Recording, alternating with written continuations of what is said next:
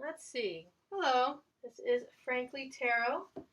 We are at another tarot video. As you can see, we have tarot cards, we have notes, we even have a glass of wine. It's Friday night.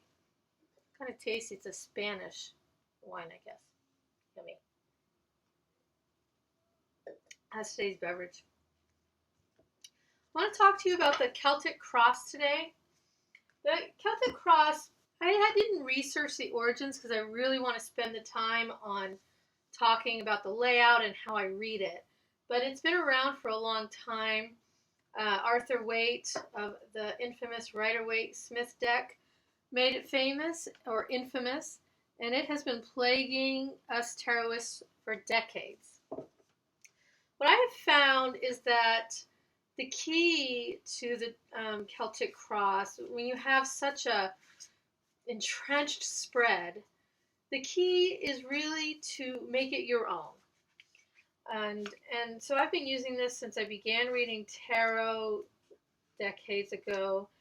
And over the years, I've read other books. I've kind of looked at the cards, at the positions and the cards as I read for myself and other people. And I've changed a lot of the positions. And one of the things that I was trying to be mindful of as I was preparing for this video and as I've been doing the Celtic Cross or any spread really is a lot of times you have a position that tells the querent what they already know. So for instance, in the Celtic Cross we have a self position, and we have a hopes and fears position, which you don't need the cards to tell you what you are hoping and fearing. So I'm just going to go through the Celtic Cross in the way that I lay it out and the positions that I use it, and then later we'll do a reading. But I think I'm going to have to film the reading separately because I don't yet have someone to read for, but that person is going to contact me. Okay, so at the beginning of the Celtic Cross, we have the central cross. This card represents the situation, and this card represents the challenge. What's crossing you? What is not allowing you to resolve the situation? Now, we could say that the situation is one of those cards that the querent already knows about. And I would agree. But I think that often when you have a querent coming in with a question or a concern that warrants the Celtic Cross, it's 10 cards after all, we may need to hone in a little bit on what aspect of the situation we're going to be working on. So this is the center, and this is really the crux, the crux of the Celtic Cross, the situation and the challenge. The next card is your unconscious awareness. And these are things in your life that have affected you in ways that you might not realize. Childhood stuff, half-forgotten memories, habits that you or the people around you use, things that you just, and there are a lot of things that we know but we don't really think about or recognize. Things that don't register in your day-to-day life. Then the next one goes here, card number 4. And this is your inner life, the inner landscape. What you know but don't know that you know. What your mind sees and registers, but which you don't really have at the forefront of your mind. Now, here's where I differ from a lot of sources, and I put number 5, this one card, here. And this is a potential action, something to consider, something that might work for you that you should consider doing or thinking about. A next step. Now, a lot of sources go around in a circle, but I kind of go in a zigzag because I like to connect these two cards to each other, the inner and the outer. What is going on in your mind that could fuel or inform the next action or the next step? I'm going to make a little more room because it is a big spread and these cards are not my little ones. Okay.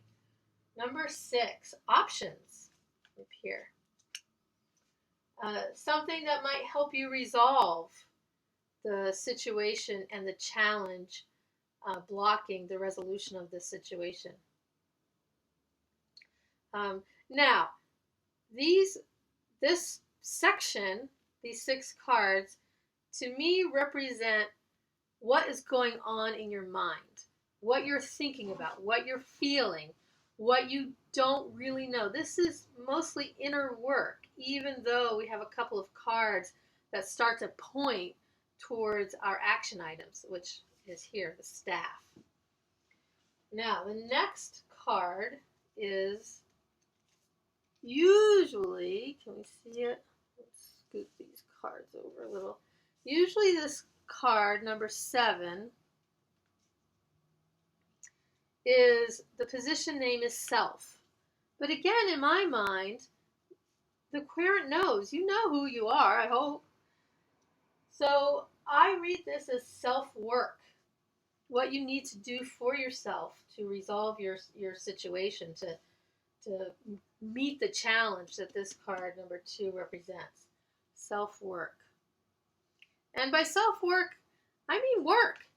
You know, you may have to take up, I don't know, something like journaling, like yoga, like meditation, things that you really, really need to do. Well, I'm talking, so I need another sip of my wine.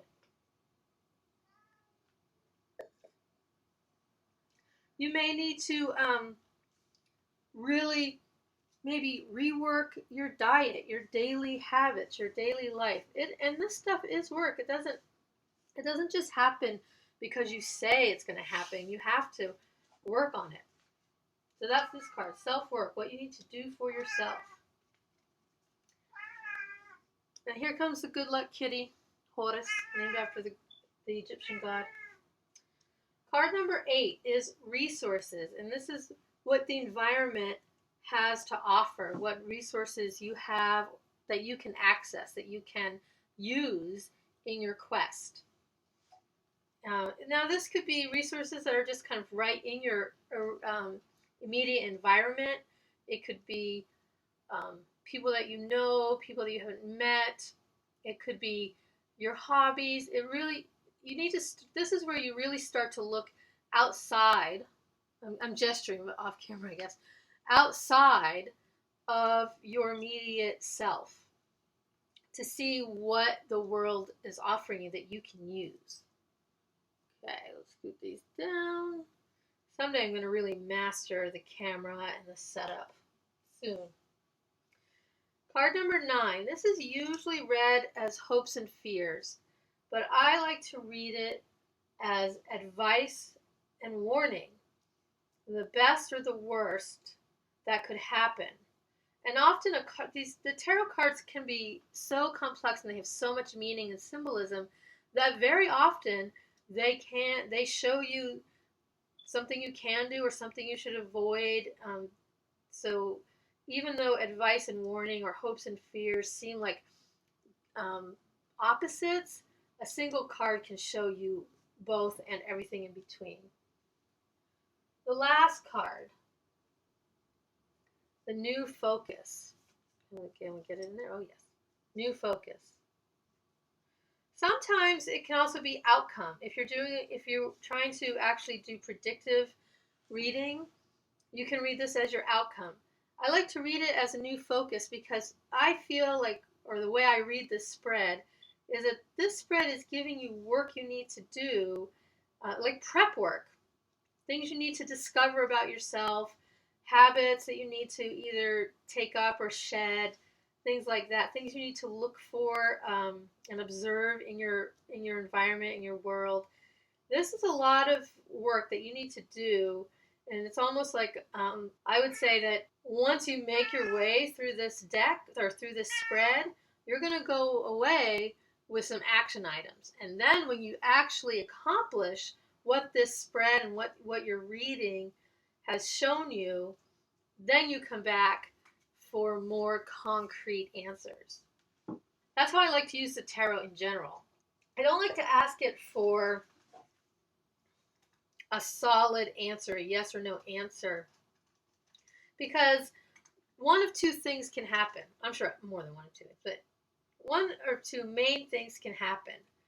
You will create a self-fulfilling prophecy, or you'll be stubborn, like me and some people I happen to be married to, and make sure it doesn't happen. Won't believe it. So I like to use the tarot in general, and this spread in particular, as a mirror. So let's go into the reading. We have a reading for another friendly Redditor who asks, what is next for them in love? I've got out my Tarot of the Master. It's an Italian type pip deck, old school, pre-RWS, pre-Rider-Waite. I like to use it for romantic or love readings. I think it works pretty good. And I trimmed this and started, as you can see, to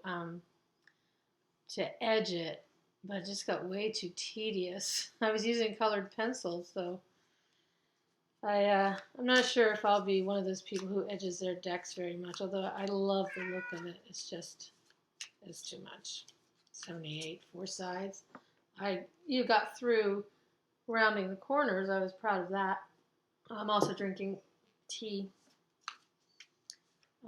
off camera. Okay, what is next for this person in love? I don't know about you guys, but I'm working from home. We don't have to stay home, but bars and restaurants are closed in my city. I think some other schools are closed. Some specialty shops are apparently closed. I guess the grocery stores are probably still open. So, love in the time of epidemic. This is the situation. This is the challenge.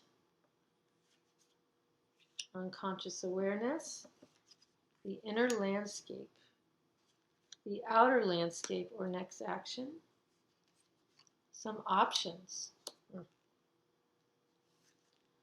self-work. Not sure I'll be able to get the whole line on here.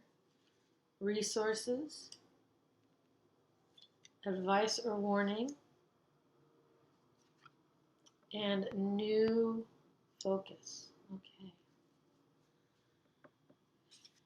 The first card is a situation. And right now we have the Cavalier di Spada, which is the Knight of Swords. As a situation, I would say that, well, first let's kind of look at this overall. It's a love reading, so we have a few cups. We have a few swords. So it's a pretty, as far as suits go, we have representatives of all of them, I think. No majors, so I'm going to say off the bat that the next thing in love is either going to be something casual or something long-term but not major, not forever. Not a soul, not a, do we say soul? I don't know. And the swords, this is, I hear you, Horace. Good luck, kitty. So we have 3 swords. A sword right at the beginning and a sword right at the end. Is that it? Yeah.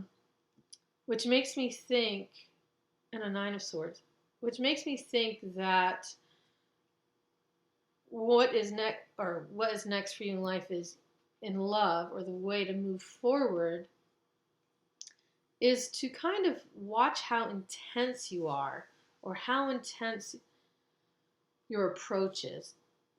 Be aware that you might be coming on too strong, and especially with this Knight of Swords. The Knight of Swords is a swift-moving card. It moves very fast, very intense, and goes right for what they want. And that can feel to a potential sweetheart like you're coming on very strong. The challenge seems pretty apt. It is the Two of Denarii, which is the Two of Pentacles. The Two of Pentacles very traditionally represents a juggling act, a need to balance out things with each other. Let's kind of go around and see what it might be specifically speaking to for in this particular situation. Unconscious awareness. Now the unconscious awareness, this card, this position, represents the things in your life that have contributed to it, to your situation, to this Knight of Swords situation. And in this we have the Seven of Cope, which is Seven of Cups.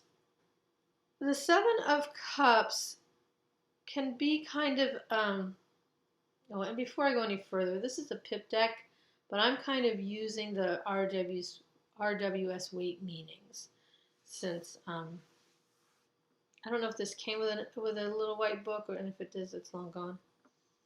So the Seven of Cups very typically can mean a feeling of being scattered, of not knowing what to choose, of having things to choose but not knowing what to choose. And I would say that the way it relates to our Cavalier of Swords, I'm going to use the term cavalier because I feel like in English the word cavalier applies. The meaning of the word cavalier applies. So the way I would relate these two is to say that somewhere, perhaps, you have wanted everything or wanted to choose all your choices. If you have an array of things to choose from, you feel like you need to grab all of them. That's what I'm going to get from here. The inner landscape, what you don't know that you know, things that you know kind of without really realizing that you know. Here we have the Five of Bastoni, which is the Five of Wands. And the Five of Wands can kind of also emphasize this feeling of contention within yourself. So I think that somewhere in your mind you know that you're kind of battling or dealing with these feelings of needing to grab everything while you can, work very fast, be very intense. The next card is your potential action. And this card I read to move directly into here, excuse me. Here we have the Four of Cope, the Four of Cups, which I feel kind of is suggesting that you calm down, that you become more more grounded in your emotions. The fours represent foundation. So I think what this is suggesting is that you move from this feeling of being all over the place and being very intense emotionally to kind of deciding what is in your heart and going with it. Options, something that may resolve the tension. In this case, I think it's just gonna not resolve the tension but exacerbate it. You have the Nine of Spade, which is the Nine of Swords, and it is a very intense card. It's intense in this image, which shows 9 swords plunging some kind of organ. Again, this whole area just speaks of a very intense person who might come on very strong. Let's move down here to the self-work, which is the Ace of Copa, Ace of Cups. And it's almost as if it's just telling you to focus on your heart and focus on what you're looking for in either a romantic relationship or a partner. Now, our friendly writer did not expound on what they're looking for. I want to say that they just said what is next for them in love. And what I want to say is that love comes in many, many forms. I'm not just talking about straight versus queer, cis versus, not that. I'm talking about the ways that we fulfill that part of us. Some people get, into intense monogamous relationships. Some people like to have multiple partners at the same time, or multiple partners one after the other. This is all fine. What I'm suggesting what I'm saying this card is telling you is that you need to go deep and figure out what exactly you want. Do you want a long-term partner? Do you want the person you're going to build your life with? Do you want a weekend lover? That's what you want. And then the next card, which is your resources, the Cavale di Copa, the Knight of Cups. I'm not sure why this knight is called Cavale and this knight is called Cavalier. I'll have to brush up my Italian. So these are your resources, and it's almost as if the knight is taking the cup, taking the feeling and the emotion that you've settled on and going with it. And I would say that to address the position of the card, which is your resources and the environment around you, is that you have it in you to move forward. You know how to move forward. You know how to go out and search for what you want and perhaps approach the type of person that you like. Once you get through this, and this, then you can do that. You know how to do that.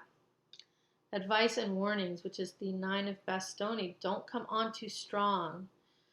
Take it, I don't want to say take it slower, because what I want to impress is that what this whole thing is saying is to be appropriate. I don't want to use the word appropriate because we're talking about love. But let's say respectful. Respectful of yourself and respectful of anyone that you might be pursuing or approaching. So that's your advice. The advice is to be respectful. The warning is to don't come on too strong. And the new focus here is the 7 of Spade, the 7 of Swords. How shall we read this as the new focus? I'm going to say that to continue the swords can often represent your intellectual life. Although it is kind of it can be a very dark suit. I don't consider intellectual life to be intrinsically a dark aspect of a person. But the swords do represent the intellectual, the communication side of things. So here you've got to be respectful of yourself and the person you might be approaching. And here you need to know the landscape, know what you're doing, know the person that you're talking to. Now, as I said in my previous video, I sort of feel like this spread gives us the work we need to do to get to our goal. The question was, what's next for me in love? And it's not really answering that. If I were gonna use this spread to answer that question, I would say nothing good, because of all the swords and all the wands, and the fact that the swords kind of come up as the options and the new focus, and it almost seems like what's next is heartbreak. But if I'm thinking that the person is looking for something more positive in their life, I want to read the spread that way. And especially since down here we do have the cups and we do have these knights who are kind of a sexy part of the court. We just have this tendency to really come on strong, and I think that can really lead to something, if it's not tempered, this intensity and the tendency to come on strong can lead to not a great outcome. So that is the reading for this video. I have a couple more Celtic Cross readings to do. They'll probably be in a different video, although I will, we'll see. So what is next for you in love, friendly Redditor? You have, I just want to advise you that if you want anything to come out of, that if you do want a positive relationship, whatever that means to you, you need to temper, all right, no, I don't want to say that. You need to kind of figure out what it is your heart wants, your heart inside. All right, thank you so much. That is the Celtic Cross for today.